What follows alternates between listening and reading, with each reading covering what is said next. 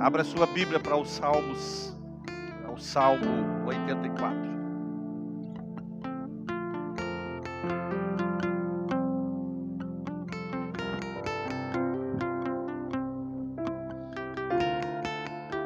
Glória a Deus. Salmo 84.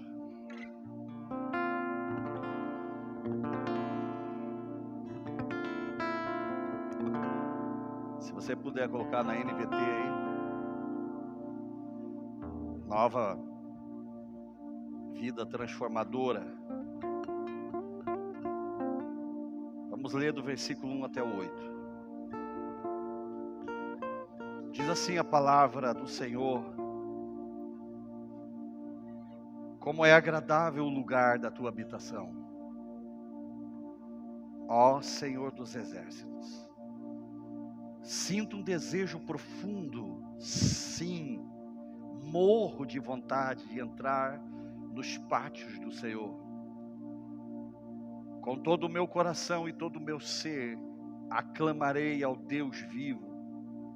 Até o pardal encontra um lar e a andorinha faz um ninho e cria seus filhotes perto do teu altar.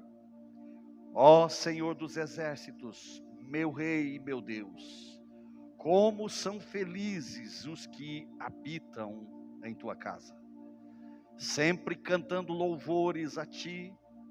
Como são felizes os que de ti recebem forças, os que decidem percorrer os teus caminhos. Quando passarem pelo vale do choro, ele se transformará num lugar de fontes revigorantes. As primeiras chuvas o cobrirão de bênçãos. Eles continuarão a se fortalecer e cada um deles se apresentará diante de Deus em Sião.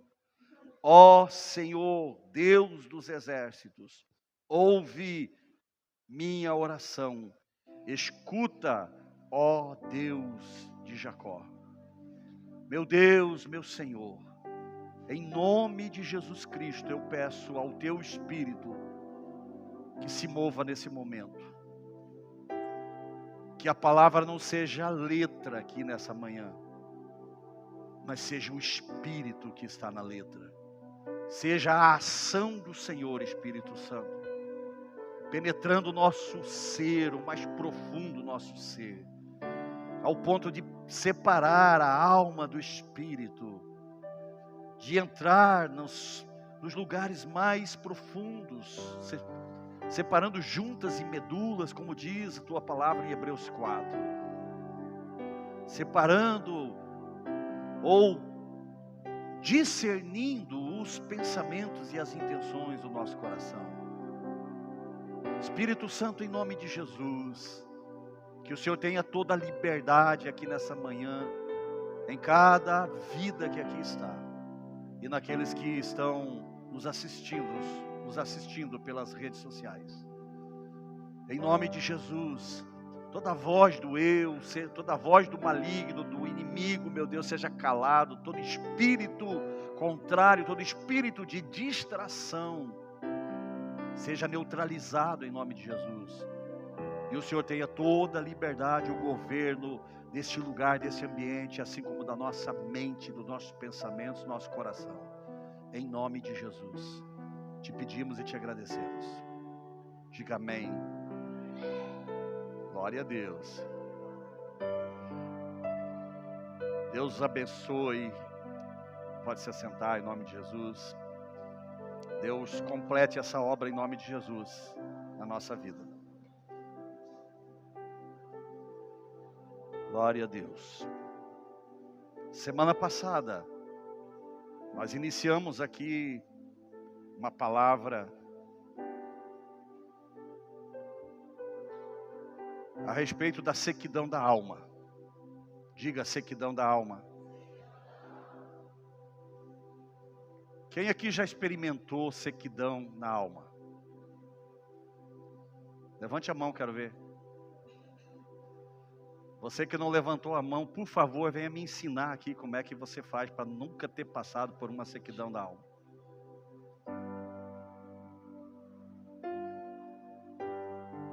Porque é inevitável, queridos, nós, em algum momento da nossa vida, nós entrarmos nesse estágio de sequidão da alma.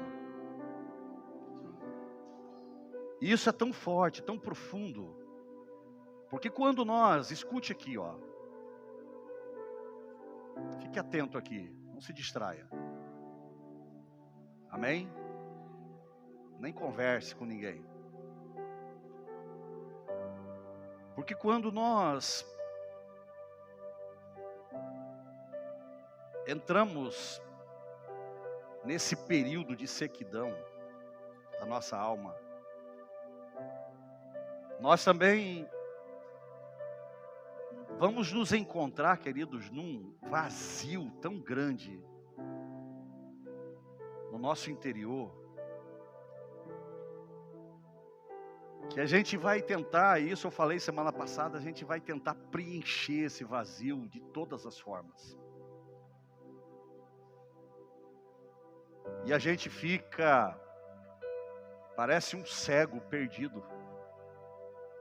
A gente vai para lá, vem para cá, faz isso, faz aquilo. Procura de todas as formas preencher esse vazio e a gente não consegue encontrar nada que venha preencher. Às vezes até que por algum momento, por algum instante, a gente consegue mudar aquele ambiente do nosso interior, da nossa casa interior, da nossa alma. Mas a gente vai perceber que aquilo é passageiro, é só por um instante. Aquela alegria é só momentânea. E daqui a pouco a gente está pior ainda, um vazio muito maior no nosso interior. E nós falamos aqui semana passada de algumas coisas que provocam essa sequidão na nossa vida. E nós usamos como texto base, semana passada, o Salmo número 1.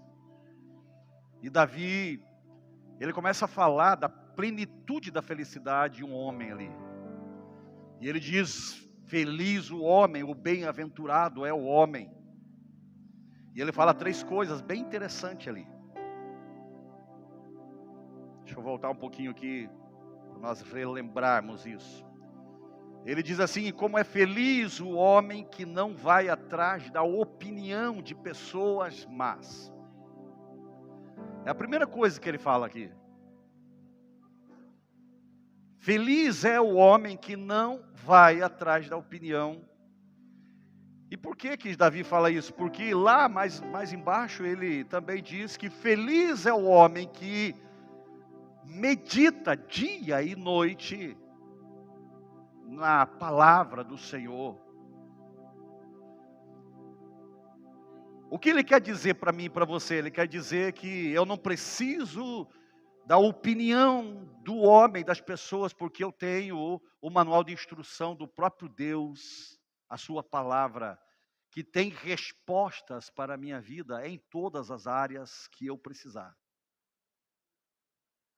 Tudo o que você precisar para ser preenchido, a tua alma, para as escolhas e decisões que você vai fazer na sua vida, você tem uma orientação de Deus na sua palavra. E isso nos preenche, nos dá segurança. E quando nós andamos atrás da opinião de pessoas más, ele já diz tudo mais, pessoas que não têm uma vida com Deus, queridos, pessoas que não têm os princípios de Deus dentro de si, eles podem até ter algum tipo de conselho bom, mas não tem a essência do princípio, não tem a vida do princípio, porque tudo aquilo que vem de alguém que ainda não nasceu de novo, que ainda não experimentou a essência da vida que está em Jesus Cristo e em sua palavra, essa pessoa ela está em trevas. E isso é a palavra de Deus que fala. Então alguém que está em trevas não tem condições de me dar uma opinião, de me ensinar alguma coisa que seja, que venha gerar vida. E é por isso que Davi fala isso. E depois ele vai para o segundo ponto aqui. E ele diz: feliz é o homem que não segue o exemplo dos pecadores. E aqui ele traz a minha vida e a sua vida para o modelo. Quem é o nosso modelo em tudo, queridos? Jesus é o nosso modelo em tudo. O apóstolo Paulo, Romanos 12, 2, ele diz: não vos conformeis com este mundo, com esse século. Conformar é o quê? É entrar na forma, ou na forma que vai dar forma, ou tomar das características desse mundo como os caracteres para formar o meu caráter, que é uma expressão exata. Caráter é uma expressão exata dos caracteres que está impresso na minha alma. E aí ele vem dizendo que eu não devo seguir exemplo dos pecadores. E aí, para concluir, ele diz: e nem participa. Feliz o homem que não participa nas rodas ou nas rodinhas daqueles que zombam a Deus ou que escarnecem. As suas ações revelam carnalidade. Escarnecer quer dizer trazer a carne para fora. A carnalidade é o fruto da alma vazia, da alma seca de Deus. E Davi resume esses três pontos aqui, ou essas três características que um homem feliz vai se distanciar. E ele une essa felicidade plena em uma única coisa: meditar na lei do Senhor dia e noite. Ou seja, trazer para a mente aquilo que Deus nos ensina. Trazer para a mente, para os pensamentos. Não é que você tem que ficar lendo a Bíblia o dia inteiro, mas é que você tem que ter na sua mente, nos seus pensamentos, os princípios. O manual de instrução tem que estar claro na tua mente, para você viver eles. E aí Davi diz assim, que este homem que medita de dia e de noite, esse homem será muito feliz. E ele diz aqui nessa versão, ele diz assim, de dia e de noite ele medita nessa lei e fica imaginando como pode obedecer ao Senhor mais de perto. E uma vez que ele faz isso, o resultado ele será como uma árvore plantada na beira ou à margem junto de um rio, cujas suas folhagens nunca deixará ou nunca perderá a cor, sempre estará verde, e ele nunca deixará de produzir os seus frutos. E que fruto é esse, queridos? Aqui o fruto a Bíblia nos fala de 3 tipos de frutos. Fruto digno do arrependimento, os frutos do Espírito, e junto lá do contexto em Gálatas que fala dos frutos do Espírito, também fala das obras da carne. Quando eu não ando no Espírito, eu vou produzir inevitavelmente carnalidade. E lá descreve uma série de coisas. E também o último fruto que fala 3 frutos, Provérbios capítulo 11, 31, diz que feliz é o homem que frutifica em vida, que dá frutos de vida, que ganha outras vidas, que alcança outras vidas, que a sua essência é tão poderosa que outras vidas nascem em Cristo Jesus por causa do testemunho dele.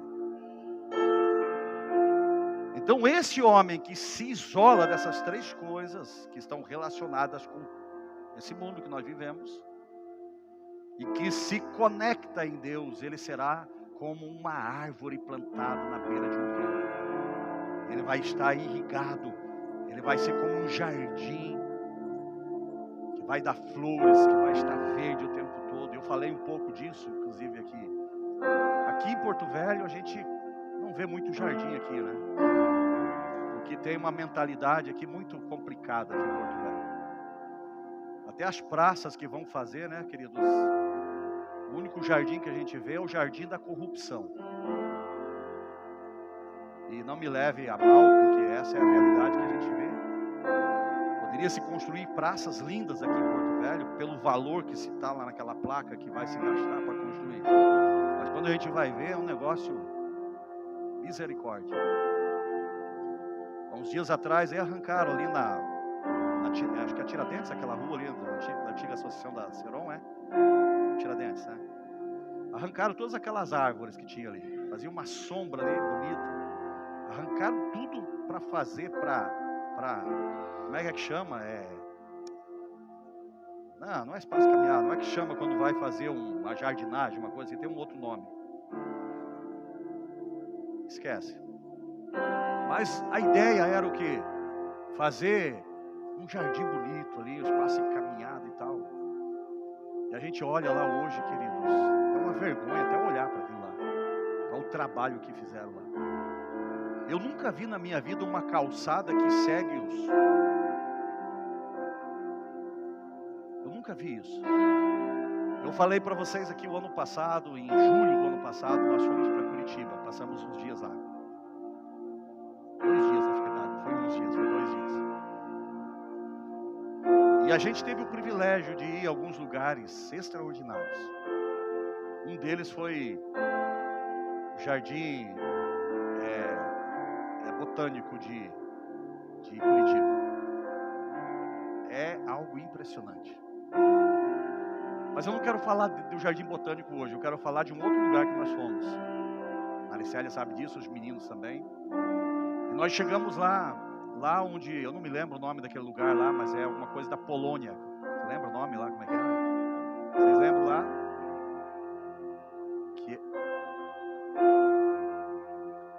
Era uma referência à Polônia, porque o Papa João Paulo II esteve lá e tal. Não lembra? Alguém lembra o nome aqui desse lugar? Eu não lembro aqui. Mas um lugar lindo demais, queridos.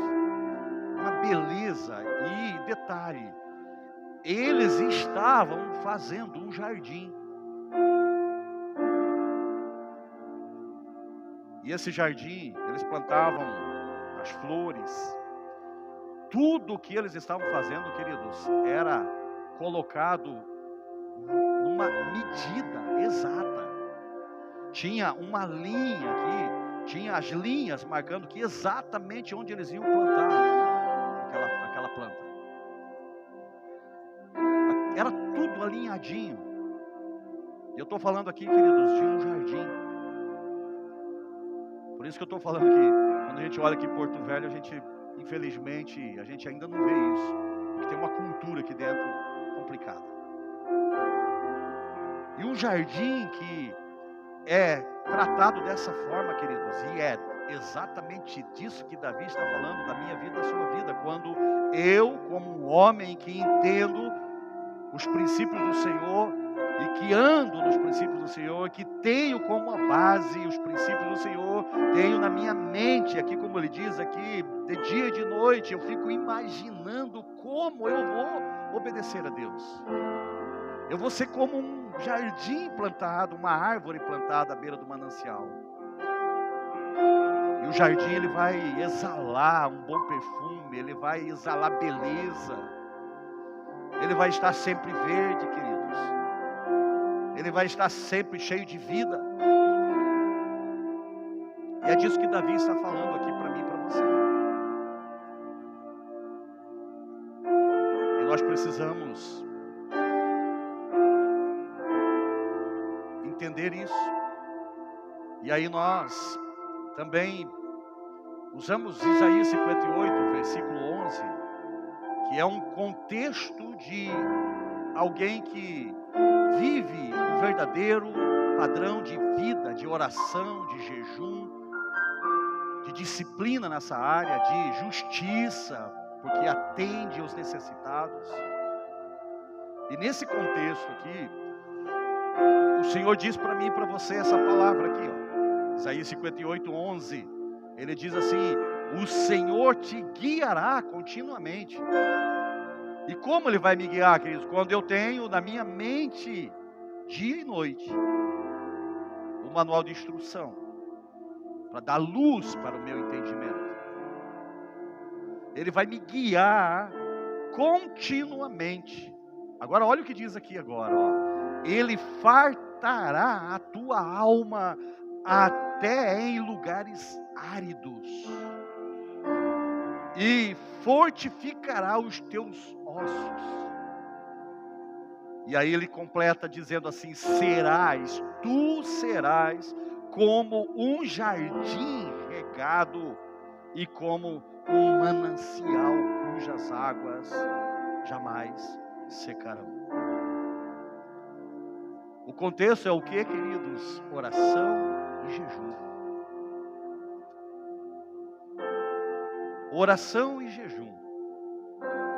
E aqui eu quero entrar no segundo ponto, que é hoje o que nós vamos ministrar. E eu falei um pouquinho já semana passada. Davi, ele nos dá essas 3 diretrizes aqui para nós sermos como um homem que está plantado à beira do manancial. Mas eu quero falar algo aqui também, porque esse texto que lemos aí agora de Isaías 58, que fala que o Senhor, para aquele que vive uma vida de oração, de jejum, de dedicação, que faz justiça, que está preocupado com o necessitado, com o pobre, com aquele que está necessitado não só das coisas materiais, mas principalmente tem uma sequidão na sua própria alma também, e que precisam da vida de Deus. E aí eu quero entrar nesse contexto, porque uma das coisas que nos leva também a essa sequidão de alma é a aridez espiritual provocada pela preguiça. Diga preguiça. E o que é preguiça? Quem sabe me dizer o que é preguiça?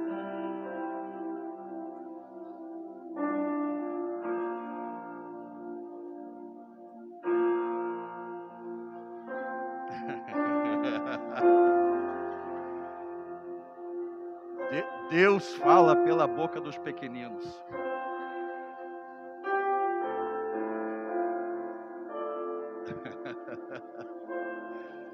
É isso mesmo.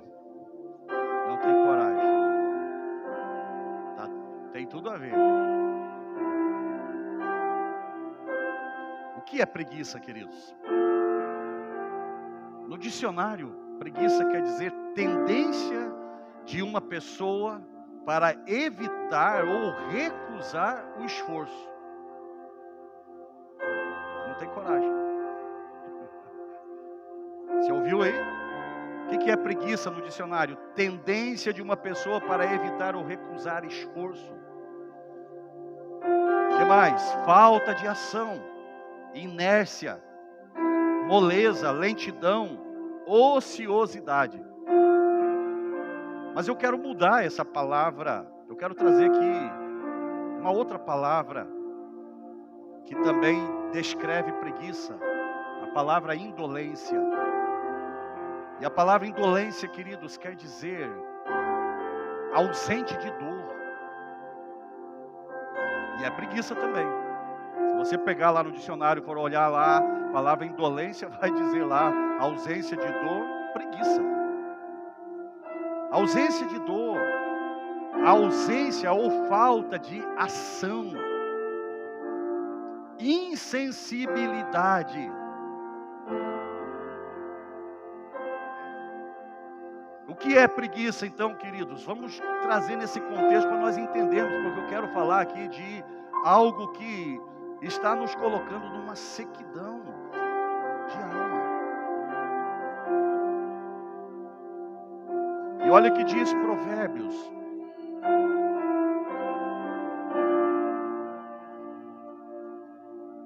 A preguiça faz cair em profundo sono, e o ocioso vem a padecer fome, diz a palavra. A ociosidade espiritual logo resulta em secura espiritual.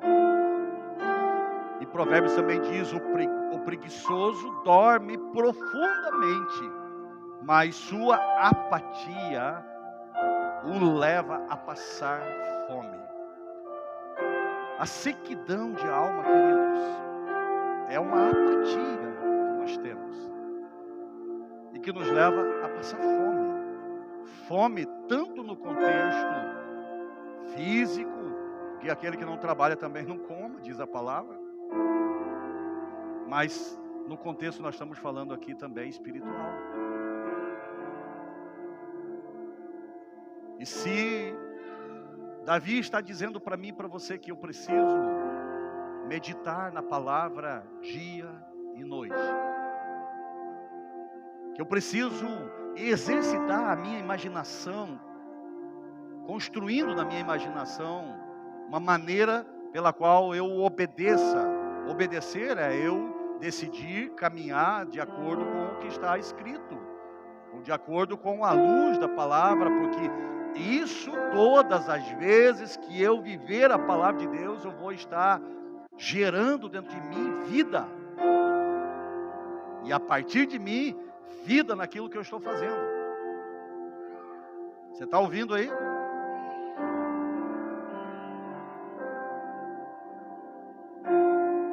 E esse texto que nós lemos aqui, do Salmo 84, tem tudo a ver com isso. Porque ele diz: como é agradável o lugar da tua habitação, ó Senhor dos exércitos. Sinto desejo profundo. Sim, morro de vontade de entrar nos pátios do Senhor, com todo o meu coração e todo o meu ser. Aqui, o salmista não está trazendo uma ideia que eu tenho que ter algumas reservas na minha vida, queridos. Ele está trazendo aqui a ideia de que eu tenho que me entregar em um todo o meu coração, todo o meu ser. E ele fala de um desejo profundo. Eu sinto um desejo profundo, sim, eu morro de vontade de entrar nos teus pátios.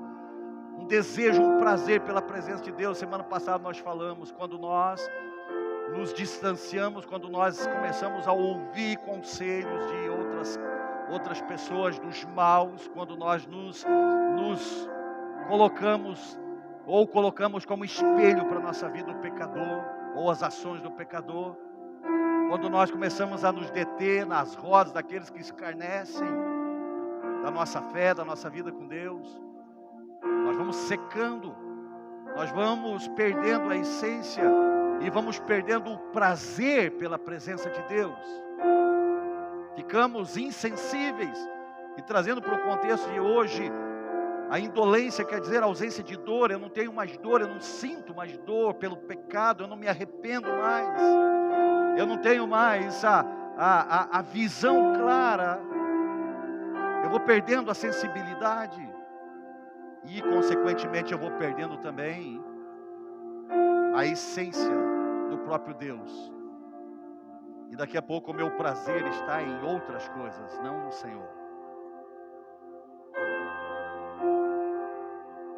E aqui o salmista está nos dando uma direção: com todo o meu coração, com todo o meu ser, aclamarei ao Deus vivo. Ele está falando aqui de uma disciplina. Ele está falando aqui de um trabalho árduo. Aqui não tem preguiça, queridos. Aqui não tem indolência. Aqui não tem a ausência de ação. Aqui tem uma atitude decidida de como andar, de como fazer, de todo o ser, de todo o coração. Nós temos muitos problemas na nossa vida, queridos, porque as muitas coisas dessa vida, queridos, tomam o lugar de Deus, a prioridade de Deus na nossa vida. As muitas atividades que nós vivemos, a nossa agenda diária, coloca Deus fora da nossa disciplina ou da nossa visão ou da nossa responsabilidade. E Quando nós começamos a colocar Deus fora, daqui a pouco o nosso prazer não estará mais no Senhor. Estará em qualquer outra coisa, menos em Deus.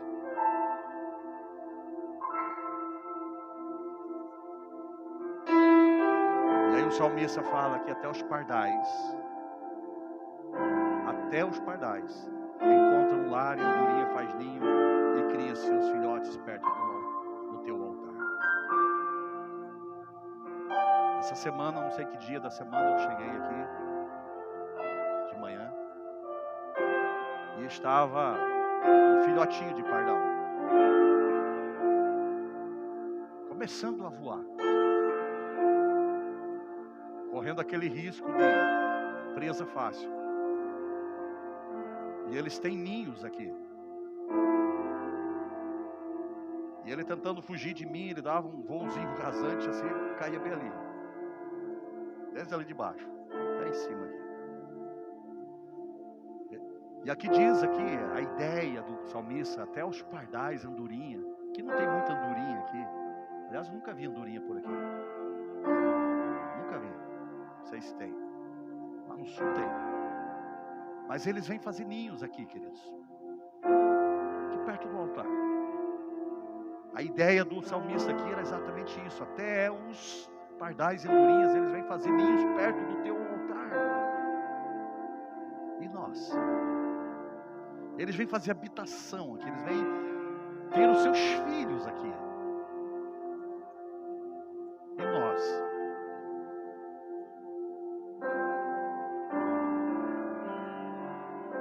E aí ele diz, como são felizes os que habitam em tua casa. Veja bem aqui, ele está falando aqui de uma habitação, ele está falando aqui de uma visita esporádica que eu faço. Você está ouvindo aí? Ele não está falando de uma visita esporádica que você faz uma vez por ano. Quando a gente chega em Hanukkah, final do ano, queridos. Principalmente na última noite de Hanukkah. A gente vê algumas caras que passaram o ano inteiro sem aparecer. E eles vêm no último dia do ano e entra o primeiro dia do ano e está tudo certo. Aí o resto do ano, sabe Deus onde vai estar.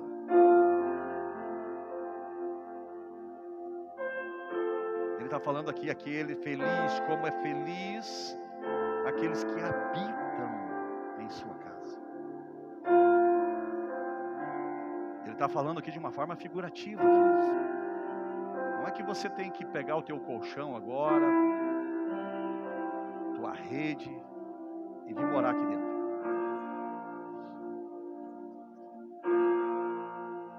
Mas é que você precisa entrar na presença do Senhor e habitar nesse lugar. Você está entendendo aqui por que entramos nesses estágios de sequidão da alma, querido?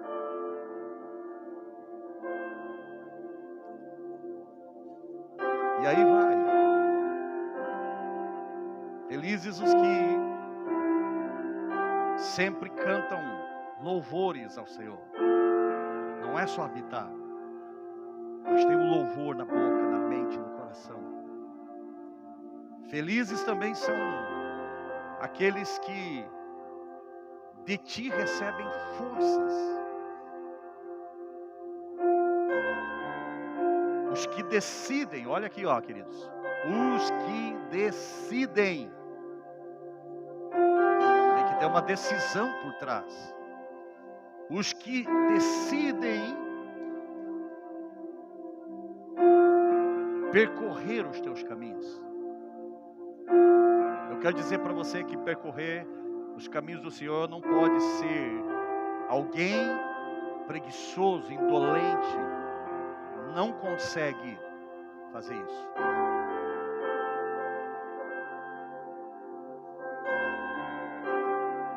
Porque a característica do indolente é a falta de ação, é a insensibilidade. ele não consegue percorrer os caminhos. E olha só aqui, quando ele diz aqui, felizes aqueles que decidem percorrer os teus caminhos. E quando eles chegarem, escute isso, quando eles chegarem e entrarem no vale do choro, em outra versão diz o vale de Baca, mas a palavra Baca quer dizer choro. O lugar do choro, queridos, é aquele lugar aquele dia que eu estou cansado, que eu estou afadigado, que eu estou querendo desistir, que eu estou um vento contrário, uma turbulência terrível na minha vida, na minha alma, aquela me sentindo seco, como eu falei semana passada. Eu estava no sábado da semana passada, que Deus me deu essa palavra aqui, eu estava me sentindo seco, vazio. E eu coloquei uma canção, comecei a adorar a Deus. E Deus começou a ministrar o meu coração e trazendo esse salmo que eu estou lendo para vocês aqui. E algo começou a ser gerado dentro de mim. Esse lugar, queridos, é o lugar da angústia, é o lugar quando eu me sinto seco. É o lugar, é o vale do choro. É o lugar onde vai ter que extrair lágrimas do meu coração, onde vai ter que vir arrependimento, onde vai ter que vir um conserto, onde vai ter que vir um ajuste, como eu falei semana passada e falei na quarta-feira novamente. Tem momentos da nossa vida, queridos, que nós precisamos parar, respirar fundo, oxigenar a nossa alma, trazer a mente, alinhar a mente aos pensamentos do próprio Deus, alinhar nossa alma ao Espírito. E esse é o lugar, é o vale do choro. Presta atenção aqui. É o lugar do choro. É o lugar onde a tua vida vai ser transformada. É o lugar onde essa sequidão vai ser arrancada de você. Porque arrependimento, querido, sem choro, sem lágrima, sem dor, não é arrependimento, é remorso.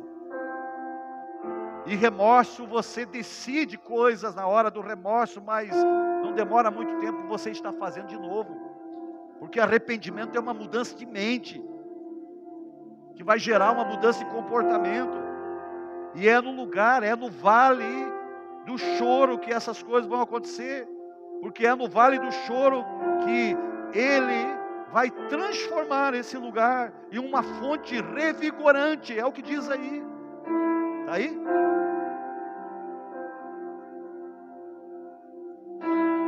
Vai transformar em uma fonte revigorante. E as primeiras chuvas cobrirão de bênção. Eles continuarão a se fortalecer. Porque quando você entra nesse lugar, é inevitável que você entre num processo de edificação, de reconstrução, de realinhamento da sua vida. E cada um deles se apresentará diante do Senhor.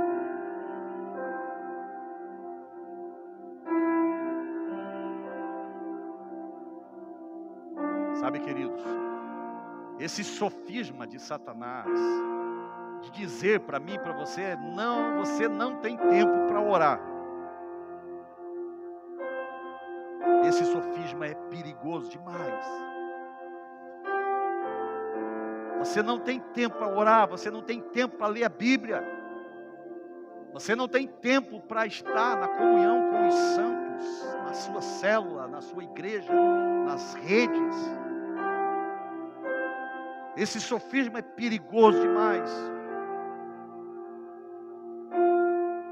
Entenda que qualquer negligência na nossa devoção espiritual vai resultar em um esfriamento, em uma mornidão. E a palavra de Deus fala que Deus está ao ponto de vomitar aqueles que são mornos. Ou somos quentes, ou nós somos frios, mas mornos o Senhor não aceita.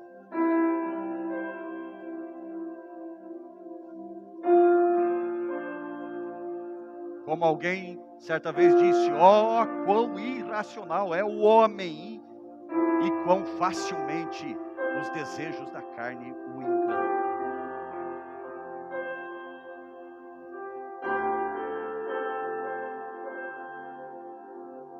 Se você esquece de regar o seu jardim, não ficaria claro imaginar por um momento o porquê ele está secando?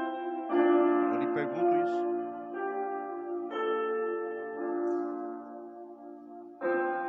No verão aqui em Porto Velho,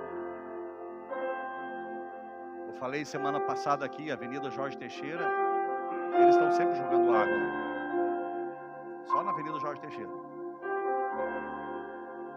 E é a única avenida que a gente vê que ainda fica verde durante o verão. E eu lhe pergunto mais uma vez, se você esquece de regar o teu jardim, o jardim da tua alma, não fica claro imaginar por um momento o porquê que você está secando? Então, quando você está negligenciando a rega da sua alma com os exercícios vigorosos espirituais, por que você ficaria surpreso de estar seco espiritualmente? Se você está sendo negligente na sua vida de oração, na sua vida de jejum, na sua vida na palavra, da meditação, porque o que faz um homem ser como uma árvore plantada na beira do jardim é meditativo antes da palavra.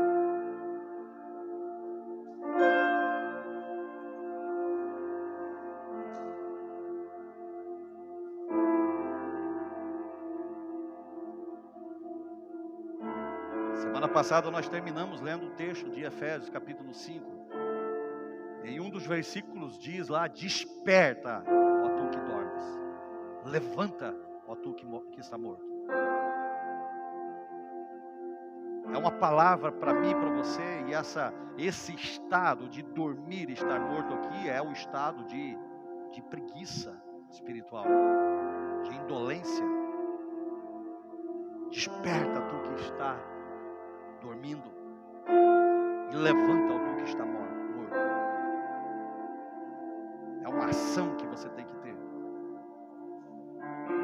Se o seu fruto espiritual não é tão bonito, aromatizado e totalmente desenvolvido como deveria ser, olhe para a presença da preguiça na sua alma. O veneno da preguiça vai entrar na alma pouco a pouco. A princípio, haverá uma negligência momentânea quanto aos deveres espirituais da oração, da meditação da palavra, da adoração, da comunhão com os santos. Porque Satanás é astuto demais para sugerir um abandono completo deles.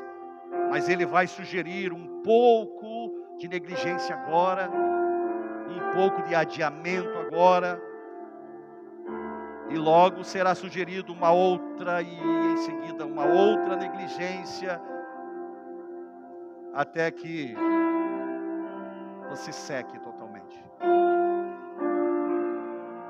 Uma fonte nunca seca do dia para a noite, queridos.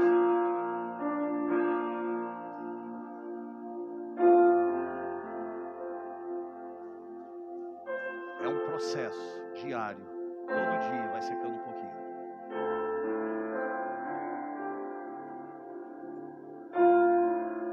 Esses atrasos, ou desistências, ou negligências, são como uma droga que embota os sentidos espirituais. E assim, eles vão ceder mais facilmente a estes adiamentos. E finalmente, vão encontrar prazer neles. O prazer não vai mais estar em Deus, mas nessas coisas. Todo aquele que é indolente, que é preguiçoso na alma, chega um momento, queridos, que ele perde a sensibilidade do espiritual. Ele não se importa mais. Como era a sua vida há uns anos atrás? Como era a sua vida quando você conheceu Jesus? Como era?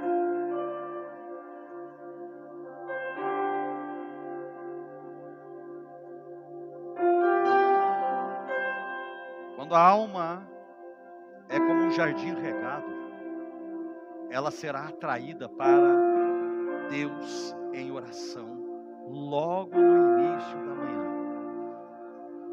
E qualquer negligência vai causar um mal-estar e inquietação no interior. A alma procura se afastar da presença de Deus.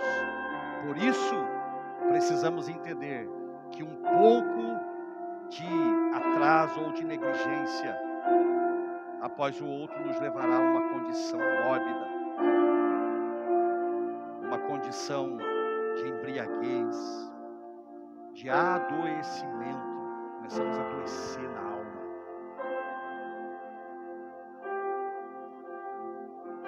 A alma vai perder o seu gosto aguçado, seus sentidos tornam-se amortecidos, de modo que não há nenhum mal-estar, enquanto os sentidos do ego encontram prazer na preguiça. Ou seja, aquele prazer aguçado que você tinha nos seus sentidos vão sendo amortecidos, vão perdendo a sensibilidade, de tal maneira que você já não encontra mal-estar no seu interior, pela preguiça que está ali. Você passa a ter prazer por essa negligência. Hoje eu não vou na rede da família. O que você está fazendo na quarta-feira à noite?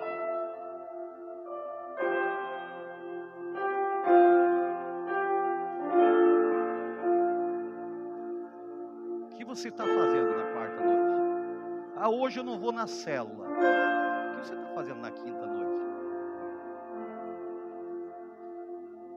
Rede jovem. Tenho muito mais o que fazer no sábado à noite. O teu prazer não está mais aqui. O teu prazer não está mais em Deus. Não tem mais um mal-estar dentro de você pela negligência, pela preguiça presente. O teu prazer está na preguiça. Está na indolência. Não tem mais dor, não tem mais sensibilidade. Você tem prazer do que você está fazendo lá no sábado à noite. Você tem prazer do que você está fazendo na quarta-feira à noite. Não sei nem o que é. E no domingo de manhã, você tem prazer na cama, dormir mais. Porque, de qualquer maneira, eu trabalhei a semana inteira, então tem que descansar. Mas Deus te dá 8 horas, pelo menos, por dia, para você descansar. O que você está fazendo com essas 8 horas por dia é um problema seu. Mas todos têm as mesmas 24 horas por dia. E dentro dessas 24 horas, parte delas é para trabalharmos, parte delas é para nos alimentarmos, parte delas é para fazermos o lazer e parte dela é para descansarmos. E é todo dia assim. O que tu faz com a tua agenda, que provavelmente é o resultado da desorganização da tua mente? Porque quando Jesus entra, Ele organiza tudo na nossa vida. Ele põe em ordem a nossa casa. E quando Ele não põe em ordem, Ele manda um recado. Ele chama o rei e diz assim: põe em ordem a tua casa porque tu vai morrer.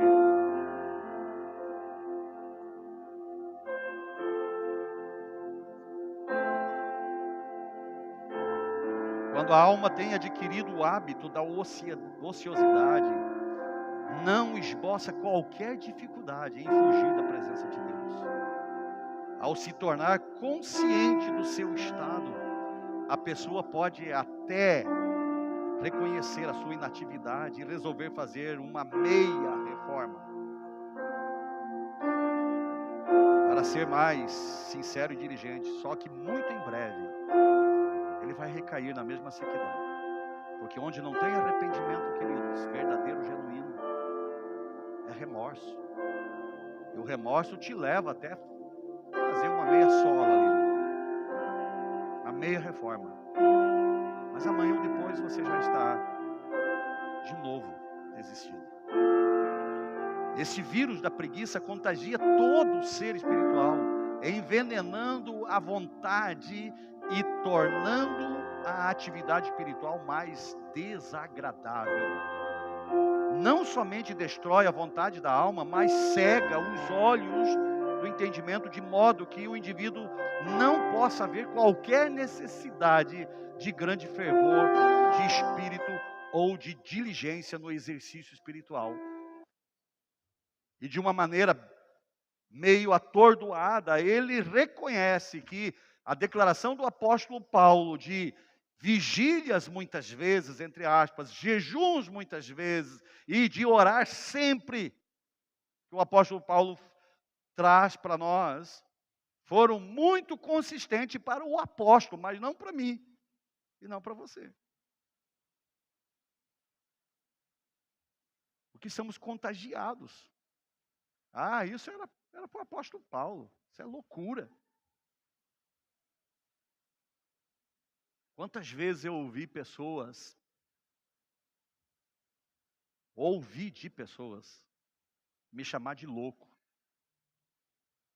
por causa dos jejuns que eu entrava na presença do Senhor no Espírito. Quantas vezes? Eu cheguei a ouvir de pessoas, você não precisa estar fazendo sacrifício desse jeito.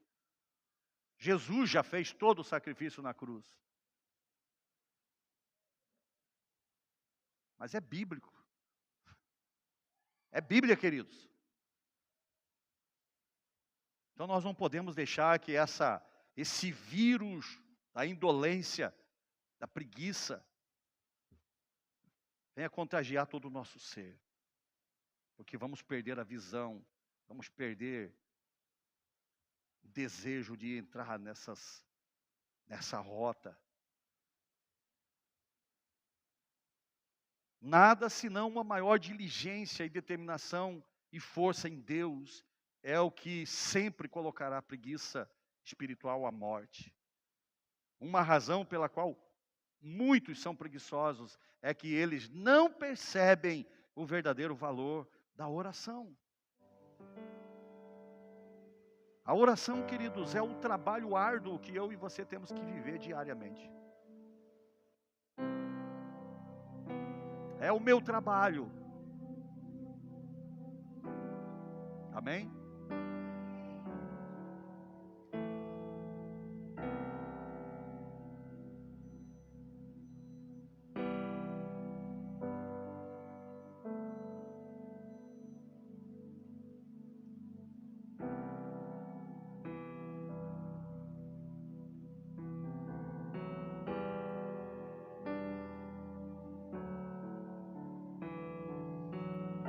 A oração, queridos, é a nossa comunicação com Deus. É a oração que nos coloca em comunhão com Ele. E nós precisamos exercitar essa prática e fazer dela um hábito na nossa vida. Precisamos elevar os nossos pensamentos, meditar dia e noite na Sua palavra. Conectar o nosso coração em Deus. Isso é um exercício, é um trabalho que me tira da inércia, da paralisia, da preguiça, da indolência, da insensibilidade.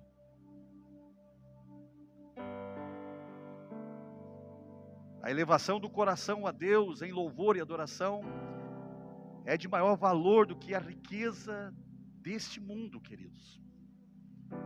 Você pode ganhar o mundo todo aqui, mas se você não tiver isso, se você não construir no Espírito as verdadeiras riquezas,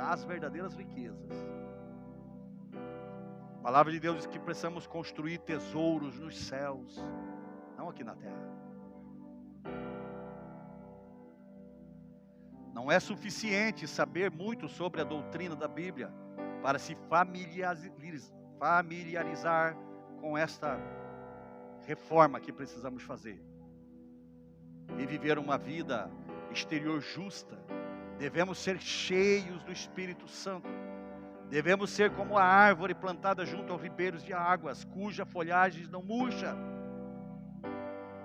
E eu vou dizer algo para você, leva bastante tempo para ganhar o céu. Por isso, então tire um tempo para ser espiritual todos os dias. Vale a pena trabalhar por uma casa no céu, porque é eterno o que você constrói lá. E quando eu digo trabalhar por uma casa do céu, não estou dizendo que você tem que edificar, porque é Jesus que está edificando a casa, a minha habitação no céu. Mas você sabe o que eu estou falando. Desenvolva a sua salvação com temor e tremor. A palavra de Deus nos diz, queridos, lá em 1 Pedro, que precisamos desenvolver a nossa salvação. Desejar, como crianças recém-nascidos, o leite genuíno do Evangelho para desenvolver a nossa salvação. Isso é todo dia. O Evangelho é o nosso alimento, é o alimento da nossa alma, é o que vem nutrir a nossa alma, é o que vem preencher a nossa alma, o vazio da nossa alma.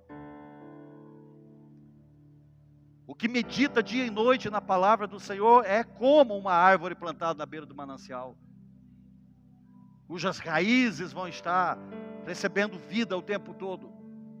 Por isso precisamos trabalhar, precisamos entrar no Espírito, precisamos construir esse tesouro espiritual nos céus.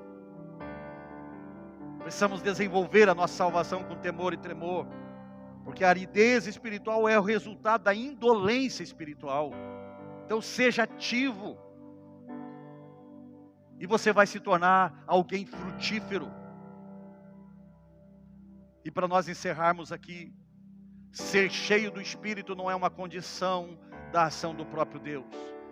Na verdade, queridos, é a resposta da minha ação em direção a Deus. Deus, jamais nos encherá, se não removermos os entulhos que estão preenchendo os espaços do nosso coração. Nós cantamos canções, nós fazemos orações, Senhor, me enche, me enche, me enche, me enche. O Senhor não vai te encher, meu filho, o teu coração está cheio de tanta coisa aí. Você precisa esvaziar o teu coração desse monte de entulho que está aí dentro. Você precisa organizar a tua vida, organizar a tua mente, os teus pensamentos, alinhar eles à palavra de Deus, meditar na palavra de Deus, trazer a imaginação todo o tempo, como você pode conduzir a tua vida de uma forma que a obediência seja o árbitro.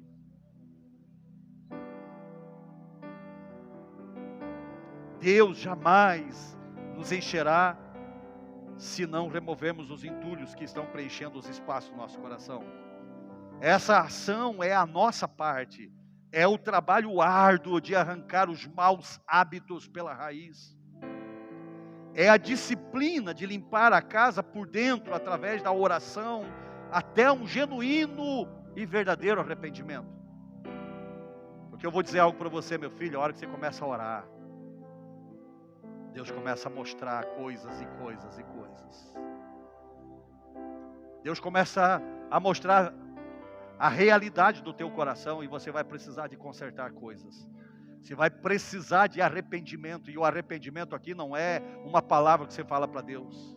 Arrependimento é uma mudança radical na sua mente. É uma mudança na tua maneira de pensar. É um alinhamento da tua mente com a mente de Cristo que está na palavra.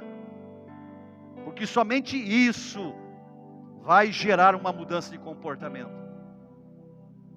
E a tua vida vai ser outro estilo a partir daí.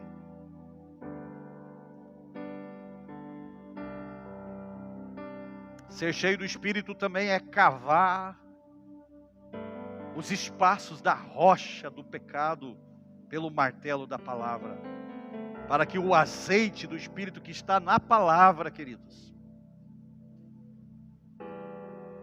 Ele comece a penetrar o mais profundo dessa rocha e venha amolecendo, até que essa seja a essência, essa aqui, ó, seja a essência da tua vida e de todo o teu procedimento.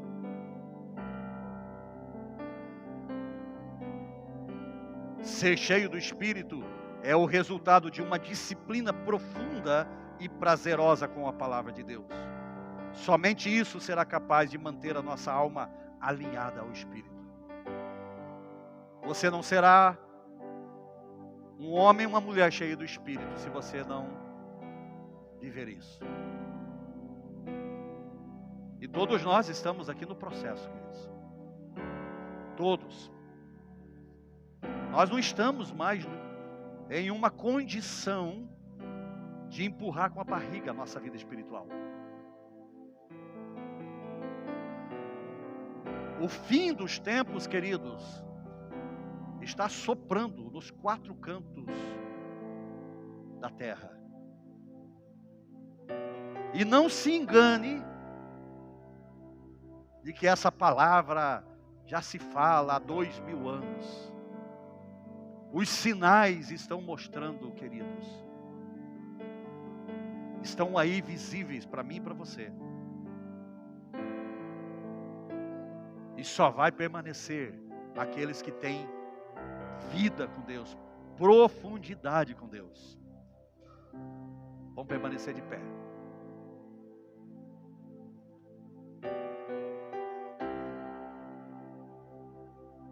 A nossa esperança é Cristo Jesus.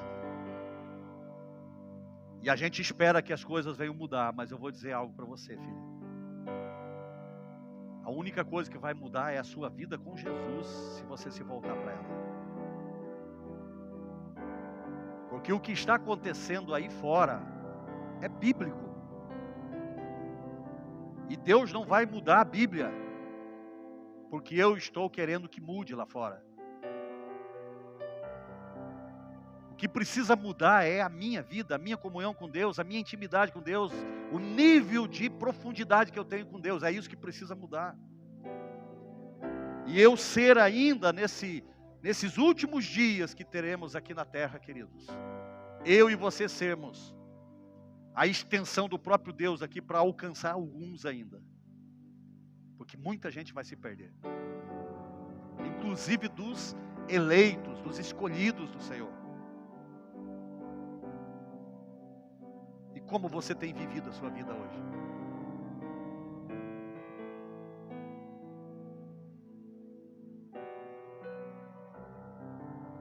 Eu quero te convidar a ficar de pé.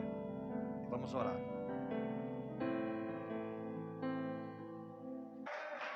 Aleluia!